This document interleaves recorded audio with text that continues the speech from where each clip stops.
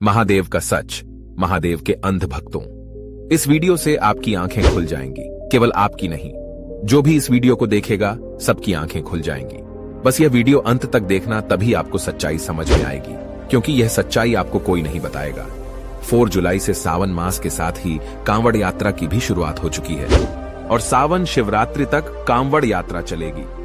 अधिक मास की वजह से इस बार सावन मास में 8 सोमवार का व्रत भी किया जाएगा। आइए जानते हैं कांवड़ यात्रा को लेकर क्या नियम है और सबसे पहले किसने कांवड़ यात्रा की शुरुआत की थी। उससे पहले आपको यह जान लेना चाहिए, आज के समय में जितने भी कांवड़ यात्री हैं, बहुत से कम ही लोग हैं जो बिना नशे के कांवड़ यात्रा करते हैं। ज्यादातर अंधभक्त होते हैं जो नशे में कांवड़ यात्रा करते हैं, गांजा, भांग और आदित्यादि नशा सेवन करते हैं और वह समझते हैं कि मैं ही सबसे बड़ा भक्त हूं, क्योंकि हमारे महादेव भी तो भांग, धतुर, गांजा इन सब का नशा करते हैं। इसलिए मैं भी इन सब का नशा करता हूं और मैं महादेव का सबसे बड़ा भक्त हूं। जो ऐसा समझते हैं उन लोगों से मेरा एक प्रश्न है, क्या आप महादेव को अच्छे से जानते हैं? अगर जानते होंगे तो इतना जरूर मालूम होगा कि वह किसी भी नशा का सेवन नहीं करते हैं। उनसे पूछा जाए तो वह केवल एक ही जवाब देते हैं कि उनके पास केवल एक ही नशा है, वह भी ध्यान का। और माता पार्वती ने पूछा, आप हमेशा ध्यान में क्यों रहते हैं? आपके चेहरे पर इतना मुस्कान क्यों रहता है? तो महादेव मुस्कुराते हुए बताते हैं कि मैं अपने प्रभु राम का स्मरण करता हूं। और एक बात याद रखना, भगवान भोलेनाथ ने कभी नशीले पदार्थ का सेवन नहीं किया, क्योंकि वह हमारे भगवान ही नहीं, हमारे परम पिता महादेव हैं। और कोई भी माता पिता अपने बच्चों को गलत मार्ग पर नहीं ले जाएगा। इसीलिए मेरा मानना है कि भगवान भोलेनाथ कभी नशे का सेवन नहीं करते। अगर वह नशा करते भी हैं तो मैं से महादेव को नहीं मानता। जो नशे में लीन रहे, नशा केवल एक ही होता है, वह केवल आध्यात्मिक का नशा। अगर हम महादेव को थोड़ा से भी जान लें तो हमें हमारे समस्याओं का समाधान मिल जाए। लेकिन कहीं सुनी बातों पर हम यकीन कर लेते हैं और हमें लगता है कि भगवान तो नशा करते हैं। मुझे हंसी आती है इस बात पर कि लोग इतना मूर्ख कैसे हो सकते हैं। भला कोई भगवान नशा क्यों करेगा? नशा तो असुरों करते हैं। हमारे भोलेनाथ कोई असुर नहीं है, वह ध्यानी है, तपस्वी है, महादेव हैं। वह तो जन्म मृत्यु सबके देवता हैं और भगवान अंतर्यामी, वह सब कुछ है पर और कुछ भी नहीं है। और एक बात ध्यान से सुनना, महादेव ने विषपान भी किया था। क्या आप सब ने कभी आपके मन में यह विचार आया कि मैं नशा करता हूं तो मैं विषपान भी करूं?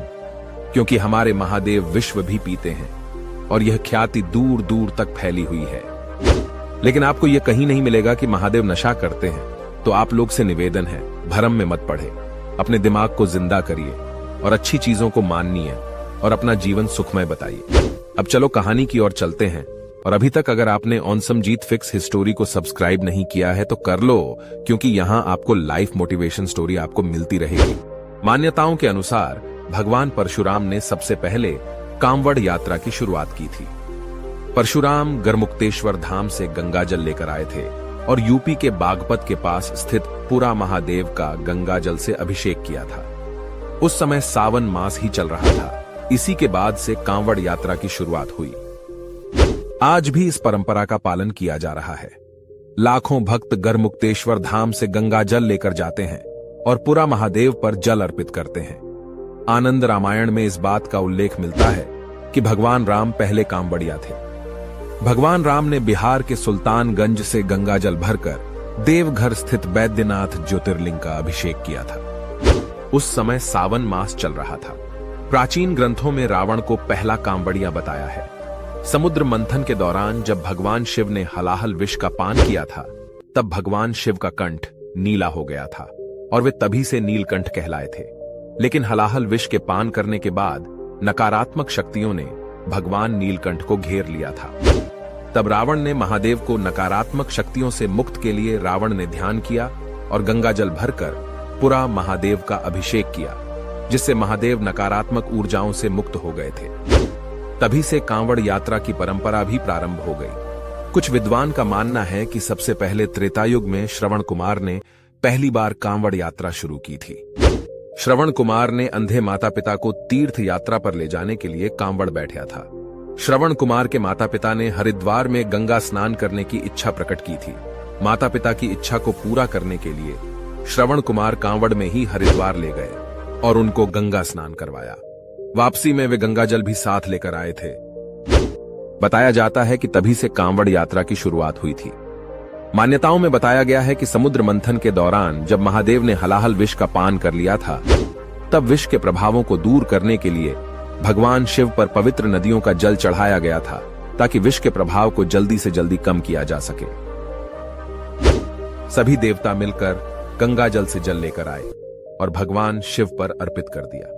उस समय सावन मास चल रहा था। मान्यता है कि तभी से कांवड़ यात्रा की शुरुआत हो गई। क्या भगवान राम ने नशा करके भगवान शिव को जल चढ़ाया नहीं?